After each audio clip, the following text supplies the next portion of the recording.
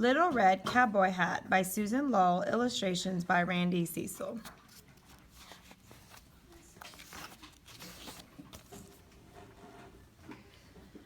Once upon a ranch far away in the wilds of the West, there lived a little girl with red hair. Her hair was a fine color somewhere between firecrackers and new penny, and to top it off, her grandmother gave her a bright red cowboy hat. So everybody called her Little Red Cowboy Hat, or Little Red for short. One day, her mother said to Little Red, "Your grandma's sick in bed. Right over there and take her this loaf of homemade bread and a jar of cactus jelly." "Yes, ma'am," said Little Red, who loved to visit her grandmother. "Don't dilly-dally along the way," warned her mother. "No, ma'am," said Little Red. "And be careful," her mother said. "It's rattlesnake season." "Yes, ma'am."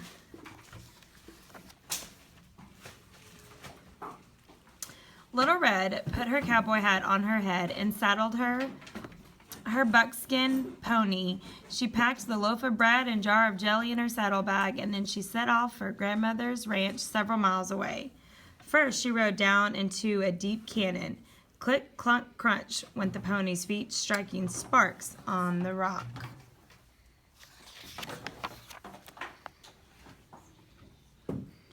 Next, she rode up into a wild mesa where gold poppies and blue lupines blossomed in the grass. "Grandma loves flowers," she thought. "I'll just stop for a minute." As she was picking wildflowers, she heard her pony give a snort. "Whoa, Buck," said Little Red, turning around. "A snake?" she wondered.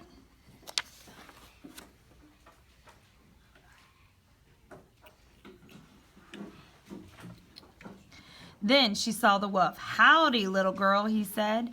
He wore a cowboy hat 3 shades blacker than a locomotive. "Hi," she said. The wolf stood between her and the pony. She didn't want to talk to him, but she'd been raised to be polite. "What's your name, honey?" he asked. He came closer than she liked.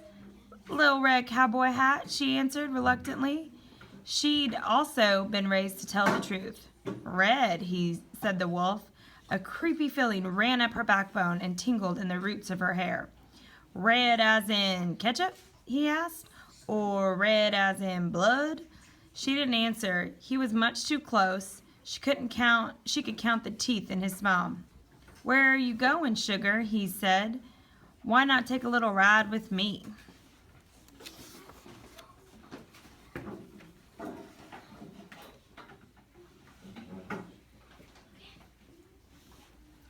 Just then the pony whinnied and reared. "Whoa, Buck," said Little Red. The wolf leaped away from Buck's hard hooves, and Little Red seized the reins and jumped safely into the saddle. "To Grandma's house," she shouted as she galloped away.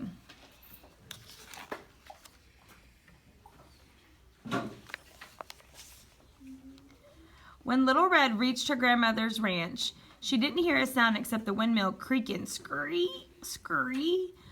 The chickens didn't even cluck. Usually Grandma was outside doctoring a cow or mixing cement, but now moved 3 buzzards circling high up in the sky. "Poor Grandma," thought Little Red. She tied Buck to the hitching post and tippy-toed into the ranch house. It was as quiet as a tree full of owls. "Grandma?" she called softly.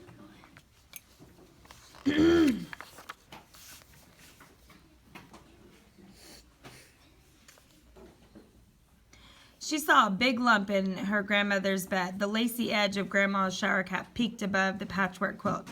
"I brought you some bread and jelly, Grandma," said Little Red. "Thank you, honey bun," said a muffled voice. Thump. What was that noise outside? Little Red stiffened. Something was wrong. "Grandma?" she said. "Is that you?" "Of course it is, sweetie." "I can't see you," said Little Red suspiciously. The lump moved. Deep down in the bedclothes, a strange dark eye glittered. Shoot, thought Little Red. Grandma must be really sick. "What big eyes you have, Grandma," she said. "The better to see you with, pumpkin," said the voice.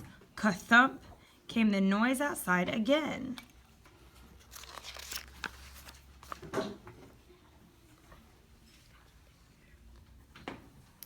The quilt fell away from the huge hairy muzzle. Now Little Red Cowboy Hat knew perfectly well that this was not her grandmother. But where was Grandma? She decided to string the wolf along until she found out.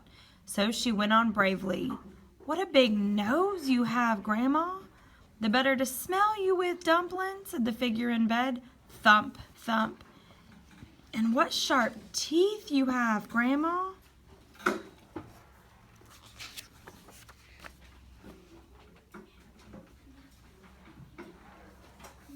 The better to eat you up with, Angel Pie.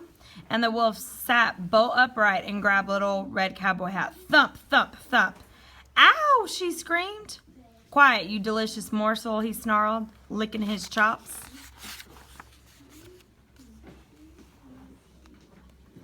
Oh, no, you don't, yelled a familiar voice. Get your paws off her, you varmint. And there was Little Red Cowboy's Hat Grandma with an axe in her hand. She had been chopping wood. The wolf dropped Little Red like a hot potato and made a break for the window. Are you all right, Red? Called Grandma. Yes, ma'am. The wolf tripped over his nightgown and he got stuck in the window. His tail waved helplessly behind him. Meanwhile, Grandma snatched her shotgun from the mantel. Pow! Take that, you low-life Lobo, she said. Come on, Red. Little Red leaped onto Buck and twirled her lasso. Together, they chased the wolf down the road. Tut, tut, tut, cried the chickens. No, no, called the cattle. Breaking into my house, puffed Grandma. Wearing my clothes, pow, kablam. Getting fleas in my bed, pow, bam. Messing with my granddaughter, swish, boom. You look mighty good as a rug, Mr. Wolf. Splat.